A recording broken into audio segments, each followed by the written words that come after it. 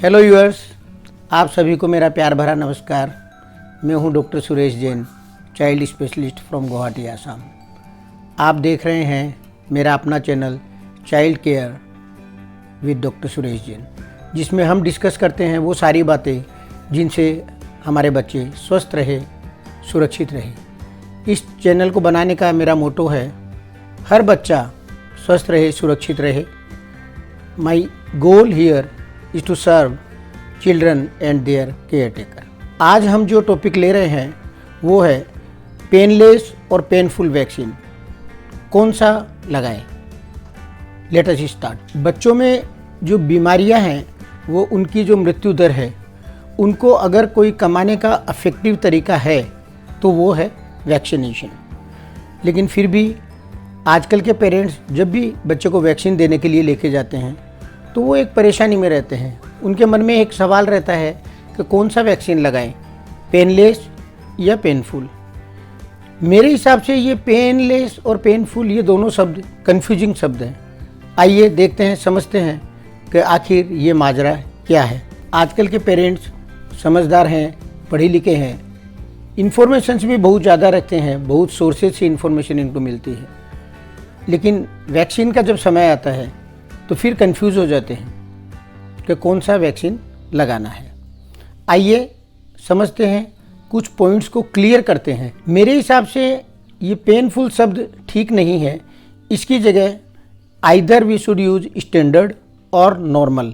सबसे पहले हमको ये समझना है कि जितनी भी वैक्सीन्स होती है बच्चों की, वो दो वैरायटी की होती ही नहीं है। ये डीपीटी के लिए ही ये टर्म यूज होती है, पेनलेस और पेनफुल वाली। बाकी जितनी भी वैक्सीन्स है, मीजल्स है, एमएमआर है, टाइफॉइड है, चिकन पॉक्स है, जापानीज एनकेफेलाइटिस है, फ्लू है, इन सब में ये दोनों क्लासिफिकेशन नहीं है। दूसरा एक समझने की बात है कि ज़्यादातर वैक्सीनेशन इंजेक्शन्स के द्वारा ही लगती है। अब इंजेक्शन हम चाहे पेनलेस वाला लगाएं चाहे पेनफुल वाला लगाएं, जो नीडल की प्रिक का जो दर्द होना है वो थोड़ा वो दर्द तो बच्चे की होगा ही, और ये कोई विशेष बात नहीं है। इसको इतनी ज़्यादा तवज्जो देना भी नहीं चाहिए।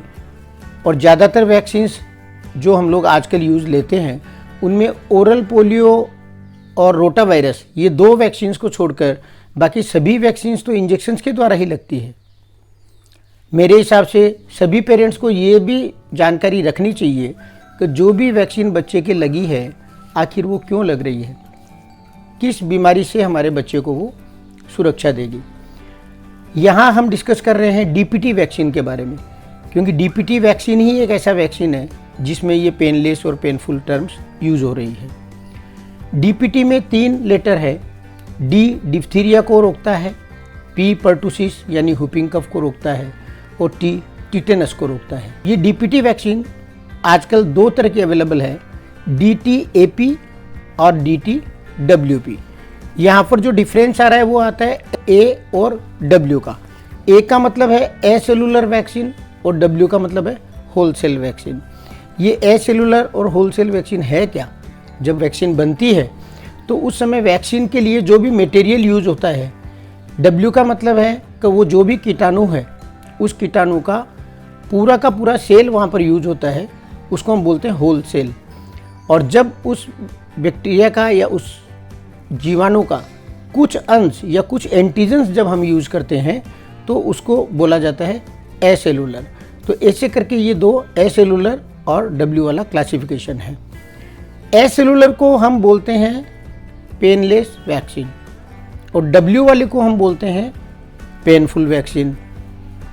ये दोनों वैक्सीन्स DPA और DPW दोनों ही वैक्सीन सिंगल भी अवेलेबल है और डिफरेंट कम्बिनेशंस में अवेलेबल है। इनका हेपेटाइटिस बी के साथ, हिप वैक्सीन के साथ और IPV वैक्सीन के साथ में कम्बिनेशंस अवेलेबल है। कई कंपनियां इनको मैन्युफैक्चर भी करती है, मार्केटिंग भी करती है। इन्हीं को हम लोग क्वाड्री वैक्सीन, पेंटा वैक्सीन्स और हेक्सा वैक्सीन्स के नाम से भी बोलते हैं। जब हम DPT वैक्सीन बच्चे के लगाते हैं तो ये DPT वैक्सीन बच्चों को 2 स्टेप्स में लगती है। पहला वाला स्टेप्स को हम लोग बोलते हैं प्राइमरी इम्यूनाइजेशन और बाद वाले को हम लोग बोलते हैं बूस्टर इम्यूनाइजेशन। डीपीटी को वर्ल्ड हेल्थ ऑर्गेनाइजेशन ने मान्यता भी दे रखी है और ये वैक्सीन वर्ल्ड हेल्थ ऑर्गेनाइजेशन के अनुसार सेफ एंड इफेक्टिव है। दोनों तरह की DPT vaccine safe and effective है। दोनों वैक्सीन्स के अपने अपने एडवांटेजेस हैं, अपने डिसएडवांटेजेस भी हैं। आइए समझते हैं दोनों में क्या डिफरेंस है। जो DTWP वैक्सीन है, जिसको हम पेनफुल वैक्सीन के नाम से भी जानते हैं, ये बहुत पुरानी वैक्सीन है, 1940 से यूज़ हो रही है। ये काफ़ी सस्ती भी है और ये हर गवर्नमेंट हॉस्पिटल्स में अवेलेबल हो जाती है और ये काफ़ी लॉन्ग इम्यूनिटी प्रदान करती है। DTAP जो वैक्सीन है, जिसको हम पेनलेस वैक्सीन करते हैं, वह न्यू वैक्सीन है, 1997 से यूज़ में है, कॉस्टली है, गवर्नमेंट हॉस्पिटल्स में अवेलेबल नहीं है, प्राइवेट सेक्टर्स में ही दी जाती है और रिलेटिवली ये शॉर्ट इम्यूनिटी देती है। मेजर जो डिफरेंस है इन दोनों वैक्सीन्स में वो है फीवर और इंजेक्शन वाली जगह में पेन एंड स्वेलिंग, और ये डिफरेंस ही पेरेंट्स को परेशान करता है और यही उनके लिए डिसीजिव फैक्टर बन जाता है। डीपीटी वैक्सीन से जो बुखार होता है, दर्द होता है या इंजेक्शन वाली जगह में सूजन आ जाती है, उससे उतना ज़्यादा पेरेंट्स को डरने की ज़रूरत नहीं है। उसका एक सीधा सा समाधान है कि पैरासीटामोल की डोज बच्चे की उम्र व वज़न के अनुसार 6-6 घंटे के ऊपर दे देनी चाहिए। बहुत बच्चों को 48 आवर्स के करीब इसकी ज़रूरत होती है। जो पाँव में जहाँ इंजेक्शन लगता है वहाँ पर जो स्वेलिंग होती है, वहाँ पर ठंडा सेक किया जा सकता है। फर्स्ट 48 आवर्स इंजेक्शन देने के बाद में गर्म सेक बिल्कुल भी नहीं करना चाहिए। इससे पेरेंट्स की प्रॉब्लम सॉल्व हो जाती है। आइए तो हम समझते हैं कि आखिर हम कौन सा स्ट्रेटजी बनाएं, हम अपने बच्चों को कौन सा वैक्सीन दिलाएं। मेरे हिसाब से जो होना चाहिए वो स्ट्रेटजी मैं आपको बता रहा हूँ। DTP जो वैक्सीन बच्चों के लगते हैं वो गवर्नमेंट हॉस्पिटल में भी लगते हैं, प्राइवेट सेटअप में भी लगते हैं। गवर्नमेंट हॉस्पिटल में हमेशा हमको DTWP यानी जो नॉर्मल स्टैंडर्ड वैक्सीन है वो ही मिलेगा। प्राइवेट सेटअप के अंदर हमारे पास में चॉइस रहेगी कि हम पेनलेस लगवाएं या पेनफुल लगाएं। मेरे हिसाब से अगर बच्चा हेल्दी है, बच्चे के कोई तरह की कोई प्रॉब्लम नहीं है, कोई बीमारी नहीं है, तो हमको फर्स्ट डोज DTWP यानी नॉर्मल स्टैंडर्ड या जिसको हम पेनफुल वैक्सीन कहते हैं उसी का लगवाना चाहिए। अगर उस पहली डोज में अगर बच्चा हमको ज़्यादा परेशान करे या बच्चे के कोई भी तरह का कोई मेजर साइड इफ़ेक्ट हो, तो हमारे पास में चॉइस रहेगी कि सब्सिक्वेंट डोजेस को हम चेंज कर दें और उसको एसेलुलर में कन्वर्ट कर दें या बाद में हम लोग पेनलेस वाला वैक्सीन लगा लें। जब हम DTP का बूस्टर देने जाते हैं तो हमारे पास में चॉइस हर समय मौजूद है। फर्स्ट बूस्टर और सेकंड बूस्टर दोनों में हम DTWP भी लगवा सकते हैं, DTAP भी लगवा सकते हैं। 10 साल में भी टिटेनस और डिप्थीरिया का बूस्टर लगता है। गवर्नमेंट सेटअप के अंदर TD वैक्सीन लगता है जिसमें पर्टूसिस का कंपोनेंट नहीं रहता है, लेकिन अगर हम प्राइवेट सेक्टर में लगाते हैं तो TDAP बोल करके वैक्सीन होता है जिसके अंदर में बच्चे को टिटेनस और डिप्थीरिया के साथ में पर्टूसिस का भी प्रोटेक्शन मिल जाता है। हमको ये जब भी वैक्सीनेशन लगाते हैं तो इसमें कुछ विशेष बातें अपन को ध्यान रखनी है।